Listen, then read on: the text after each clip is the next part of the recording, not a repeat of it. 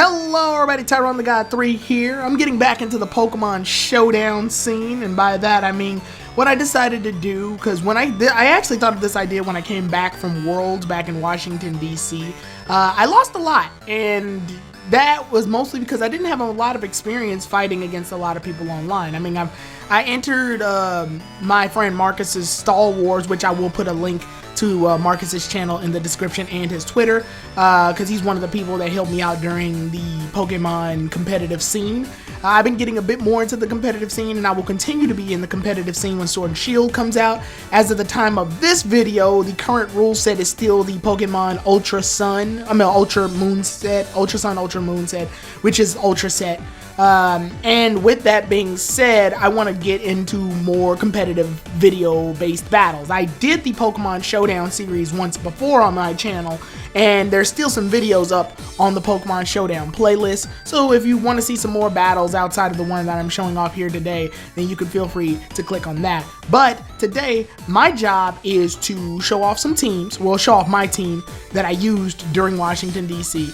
And basically the team that I built up, I have tons of Pokemon in my Nintendo 3DS, and I test out a lot of these teams on Pokemon Showdown before I actually, start to catch those Pokemon and train them up on 3D. So if you're ever confused about how competitive Pokemon battling goes, because I don't really explain a lot of it on my channel, and I really need to start doing that, considering the fact that I do a sizable amount of competitive battling. I've been on and off the scene for quite a bit. I was on it in Gen 4, then I left the scene for a little bit after watching. I watched like Pimp Night and Hayden and things like that way back in the day. You can probably find their channel still on YouTube. ShoPro got me into it around Gen 5, but Gen 5 didn't last long enough for me to invest in competitive battling before Gen 6 came out. I really started investing into competitive battling around the time Gen 6 came out, because the Nintendo 3DS just had a better Wi-Fi going for it. Then I more or less dropped out of it again around Oras, and then hopped back on it again in Pokemon Sun and Moon, Ultra Sun, and Ultra Moon. So I'm taking it a lot more seriously now, and I'll probably be going into competitive battling right out of the gate. When Sword and Shield does come out, I'll get the main campaign out of the way and start catching some Pokemon for teams and play around with Showdown. Hopefully Showdown will update to the new Pokemon coming out. But without further ado and explanations here, I do want to break down the team. I'll probably try to make this a practice every time I actually start some of these videos. I'm going to do 3 battles here, so you'll see 3 battles today, and I'll be using this team. This is the team I primarily use during the Ultra set. The Ultra set usually allows for 2 box legendaries on the team, and pretty much any Pokemon that's within the Pokemon Sun and Moon Alola Pokedex. The first off is my mascot, of course, Dedenne. It is holding a citrus berry. It has a gentle nature. The Dedenne here is a female. It is an electric fairy type. It has the ability Cheek Pouch, which allows it to heal itself once it gets done using the berry. Now, Cheek Pouch is a very useful ability to have for Dedenne. Now, Dedenne is not commonly seen in competitive play. The reason I use it is because it's my mascot Pokemon, and I really like the idea of just a small, tiny little hamster-like Pokemon going in on all these tough legendaries and all these really high-tiered Pokemon. It's just so funny to me that this little guy is actually causing some havoc when he does cause havoc. When I record the stats, I'm going to mostly talk about the base stats for each Pokemon. The reason I do this is because I don't want to make it too complicated for those who are trying to invest in making a team of their own. I'm pretty much showing the layout if you ever wish to try to make a team based strictly off of the Pokemon that I'm showing you on this video. So with that, I will show the base stats for each Pokemon so you can get an idea of what you're getting into if you decide to put that Pokemon on your team. For Dedenne, his HP is 67, attack is 58, defense is 57, special attack is 81, special defense is 67, speed is 101. So you're definitely going to look for Dedenne to be the faster of your Pokemon because of the 101 speed. The 81 special attack, so it's mostly a special attacker. But my Dedenne is being used as a support Pokemon. It's using Nuzzle as a move to paralyze opponents. Ally switch to fool the opponents into thinking they're about to attack it or my teammate Pokemon, because Ultra Set is all double battles because it's the official way the Pokemon competitive tournaments are set up. So it switches, making it so that the target is changed, can throw people off. Super Fang is a really good move because it automatically brings the opponent's health to half. It basically cuts the opponent's health to half ensuring that no matter how bulky the opponent is, its health automatically gets knocked down to half. And when Dedenne is in a tight spot and needs some health, it will use the recycle ability. Let's say it already used its citrus berry and its cheek pouch ability once before, then it can use the recycle in order to get the berry back. That way you can rinse, wash, and repeat the citrus berry cheek pouch combo so that it can basically, Dedenne can have a lot of health. Generally, I try to, because I have more than one Dedenne, I try to up its defense and special defense. Its defense is not its highest stat, following most Pikachu clone traditions where its defense is the lowest. Special defense is usually the thing you want to aim for the most. Next off, we've got Groudon. Groudon is holding the red orb, so the minute it comes on the field, it turns into its primal form. It's a ground type Pokemon. Jolly nature to pretty much for boosting attacks. Ability is Drought, obviously, making the sunlight come out, lowering water type attacks, and in its primal form it stops it because of the primordial sun. HP is 100, attack is 150, easily being its highest stat. Second highest stat being defense with 140, special attack being 100 if you ever want to experiment with a solar beam Groudon, I guess, to throw people off. Special defense and speed are the lowest, being 90. Precipice Blades is usually standard for most primal Groudons. It's its signature move, so naturally it's going to use it. It hits both opponents on the field, does a fairly large amount of damage. Stab with the fire punch, because once it turns into primal form, it is part fire type. Sword Dance I put on this one so that if it can set up a Sword Dance, then it's basically unstoppable. This thing is like going to be doing major damage to pretty much anything on the field with Precipice Blades or Fire Punch if it can get up the Sword Dance. Now, Dragon Claw, I have Dragon Claw mostly for its rival. Now, Groudon's biggest threat is usually when Rayquaza comes out. Now, Kyogre's also a problem too, but I can switch out and then switch Groudon back in to knock out its weather effect. Rayquaza, you can technically do that too, but sometimes people don't Mega Evolve their Rayquaza specifically because it can have the Airlock ability, which is stationed the whole time. But if that does happen and Rayquaza does come out or comes out on the Switch, then I can use a Swords Dance Dragon Claw to immediately OHKO, which means one-hit KO, the Rayquaza the minute it comes out to knock it out, or I can use a Dragon Claw upon switching in. That way Rayquaza does come in, but it comes in at basically almost less than half of its health, making for a pretty good setup. Next up, we got Incineroar. I used to have Arcanine fill in this spot, but Incineroar is unfortunately like the standard that most people use, basically due to its typing and all of the moves it has access to. It's holding a Figgy Berry. Basically, when it's less than half of its health, it will heal back up, basically making it so its health is back up to good. Nature is Careful. The typing is Fire and Dark. Intimidate ability to cut down the attack power of Pokemon when it comes out, so the minute it comes out it cuts down the attack power. We're looking at an HP of 95, an attack of 115, its highest stat. Its defense is 90, its special attack is its second lowest stat being the 80, but you're not using any special attacks with it than Incineroar. Special defense is 90, speed is its lowest stat unfortunately with 60, but because it has priority in the moves Fake Out, it can basically start flinching people when it comes out. And then you've got U-Turn. When Incineroar has done its job, it usually switches out with the U-Turn so that it can come back out and use the Intimidate on opponents once again. Flare Blitz is a stab move. It will do some recoil, but since Incineroar is a physical attacking Pokemon and its attack power is its highest stat, it will do a considerable amount of damage. Darkest Lariat, again for the stab because it is part dark type, so let's utilize that dark typing, and it does a considerable amount of damage. Plus, a Pokemon named Gengar exists, and this thing can do some really heavy damage on it if it comes in for the switch out, so you're not caught up. And next up, we've got Latios. Latios is male. It is holding Latosianite, which basically allows it to Mega Evolve into Mega Latios. Dragon and Psychic type, Timid Nature, ability Levitate so that it can avoid ground type attacks. HP is 80, attack is 90, defense is 80, special attack is its highest stat with 130, special defense and speed are both 110.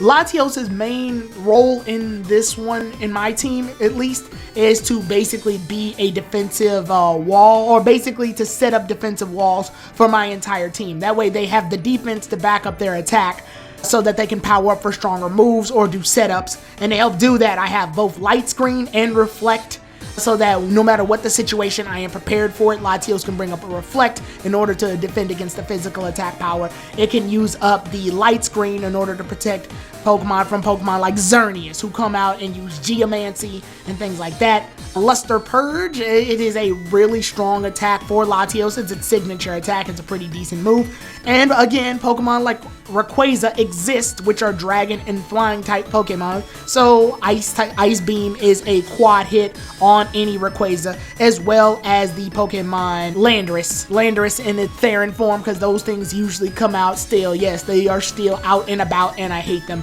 So Ice Beam will automatically do quad to them. We got Tapu Bulu.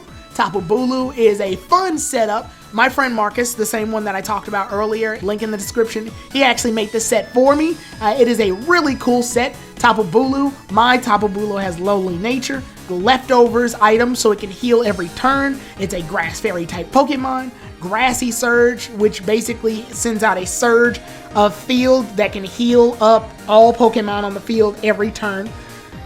In combination of that, we've got the HP at 70, the attack at 130, which is its highest stat, defense is at 115, special attack is at 85, special defense at 95, and its speed sitting at the second lowest with 75. Leech Seed to set up so that it can heal every turn off of its opponents. Then we've got Horn Leech to heal itself even further while doing damage to opponents. Usually this is really good on Kyogre. Substitute in order to protect itself for one turn against any attack, giving it enough time to heal. And last but not least, if you want some of that extra health, not just from the leftovers in the Grassy Surge or the Leech Seed, you can also use the Protect to protect yourself for one turn, basically making it so Tapu Bulu is a stall wall that's able to heal at every turn, making it hard for opponents to bring it down. Next, we've got Xerneas. There's a lot of fairy types on this team, but trust me, they all cover each other. Main typing being fairy type Pokemon. Xerneas is my box legendary of choice. I love Xerneas. It has the power herb, obviously, so that it can do the Geomancy combo that everybody uses. Modest nature, fairy aura to increase the power of fairy moves. We've got HP at 126, physical attack power at 131, the same as its special attack, defense at 95, special defense at 98, and finally speed at 99. The Dazzling Gleam hits both opponents. Really high fairy type attack, especially when combined with Geomancy. Protect in order to protect itself off. Sometimes I like to trick people into thinking that I'm about to use Geomancy, and I wind up using the Protect instead. This can throw a lot of people off, and because they're trying to attack Xerneas before it gets a chance to utilize the stat boost from the Geomancy. I use Moonblast, obviously, as well, because it's a signature attack. And with that being said, that's my entire team. We're going to show off some battles, and then when we show off those battles, I'll just go into detail as to what's happening in each fight. So with that being said, let's check out some fights.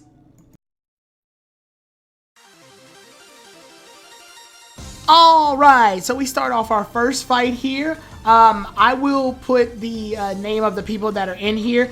Chadwick ends up using Greninja and Slowbro. I bring out Incineroar and Xerneas. I use the Intimidate to lower their attack. And then I go for the Flinch using Fake Out on Greninja. I use the Geomancy on Xerneas in order to increase itself. Slowbro goes in with the Trick Room, so I go ahead and switch out for Latios. Gunk Shot heads in on Xerneas, and it's going to do a lot because Poison does a lot on the Xerneas because it's Fairy. I go ahead and use the Dazzling Gleam in order to do damage on both Greninja and Slowbro. I Mega Evolve Latios and then go for the Protect for my Xerneas so it won't get knocked out this turn. Greninja goes in for the U-turn to switch out, but he can't delay the inevitable because he's still poisoned, so his time is limited. I use the Reflect for Latios to defend it against physical attacks. Dialga is going to throw me in for a loop though and use the Draco Meteor. I go in for Dazzling Gleam, and that pretty much knocks out Slowbro, but it's also going to do a considerable amount of damage against Dialga. It didn't do super effective, though, because it's part Steel. I bring out Incineroar again to lower Dialga's physical attack power in combination with the Reflect. Incineroar takes a lot of damage, but barely lives that Hydro Pump from the Palkia. I go ahead and use my last Dazzling Gleam for Xerneas because the Poison's going to go ahead and kill him off. So then at that point, the dimensions return back to normal from the Trick Room. Dedene's out. Greninja healed its Poison, and I'm guessing that's because I can't remember how it did it, but I was able to knock it out with Dedene's Nuzzle. Dedene's Nuzzle is going to come in again and paralyze Dialga. Incineroar does get knocked out, unfortunately, thanks to the Draco Meteor. I still have the Reflect out, but the Reflect then fades. Dedenne goes in with one more Nuzzle. 3 of my Pokemon are knocked out. At this point, it's up to Dedenne to pretty much wrap up the fight. Dialga uses Thunder, but it's going to miss, and I don't think it would have knocked me out anyway. So yeah, I'm losing so much health here, but thank goodness that Dialga is mostly a physical attacker, not a special attacker. the citrus berry slash cheek pouch ability comes in, and I end things off with the nuzzle. He tries to knock out Dedenne, but at this point Dedenne's just blocking too much. So yeah, that's pretty much how that fight ends right then and there. So yeah, that's how I end up beating in that fight. So yeah, and then we're gonna go ahead and move on to the next fight. Alright, so the next fight is against Jonathan Opagus. I don't know if I'm pronouncing that right, but he ends up using Gengar and Togedemaru. I use Incineroar and Groudon again, and open up with Incineroar and Groudon, go in for the Intimidate. Mega Gengar is going to be a problem because of that Shadow Tag. Togedemaru goes in for the Fake Out to stop Groudon from using what he was going to use. I go ahead for the Darkest Lariat to fade away the Substitute. He switches in for Kyogre. I can't switch out, which puts me in a bad spot, because Kyogre's out here and I can't switch out in order to beat out his weather, but I do use Precipice Blades. I try to go in for the Darkest Lariat, but Gengar blocked it. He uses a Substitute yet again. I go in for the Precipice Blades and freaking miss the Substitute, but I still get the Darkest Lariat off on there, but it knocks me out because of Origin Pulse. It's powered up by the rain, so at this point I'm kind of screwed.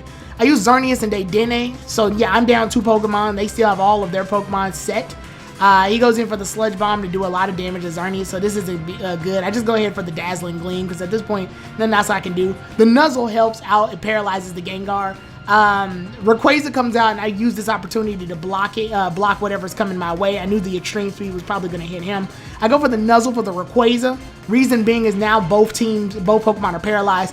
I go in for the Ally Switch with Dedenne so I can heal it up using the Cheek Pouch and Citrus Berry combo, and thanks to that, I'm able to use the Dazzling Gleam, knocking out both Rayquaza and Gengar. So now it's pretty much tied up. Actually, I'm in the lead. I knocked out 3, so all he's got is Togedemaru. Togedemaru's not going to beat both Dedenne and Xerneas. So I bust in the Recycle so that I can use the Citrus Berry and cut its health in half with the Super Fang Cheek Pouch. Xerneas comes in. They basically quit because they know Togedemaru's not going to be able to fight off Dedenne and Xerneas. But I do think that it was funny that Togedemaru was out here on the field. It's a Pikachu clone versus a Pikachu clone, and I'm glad my Pikachu clone was able to come out on top. So kudos to Dedenne for that freaking fight. That was amazing. So yeah, at this point we are gonna move into match 3, and I won't be recording just wins. I will record losses as well too, so don't worry. So this AFK lover is using water, basically using a water type team. He's using, yeah, just like I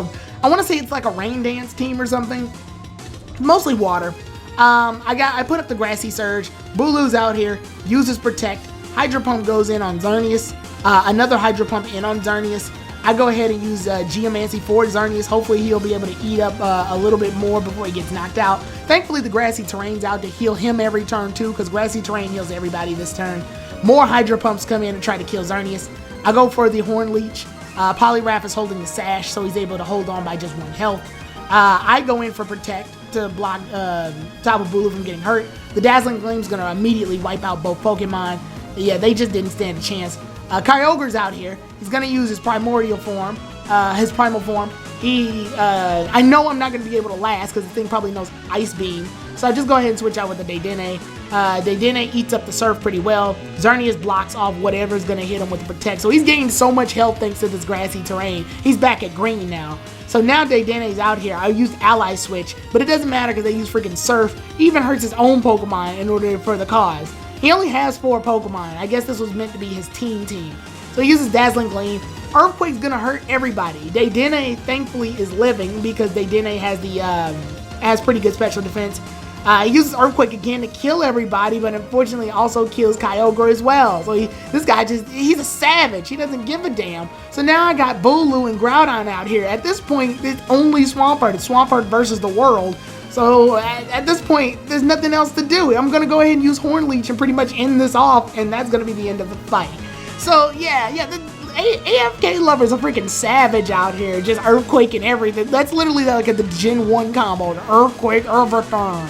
So, with that said, though, that's basically how a lot of these videos are going to go. I'm actually really excited to get back into the competitive play of Pokemon Showdown.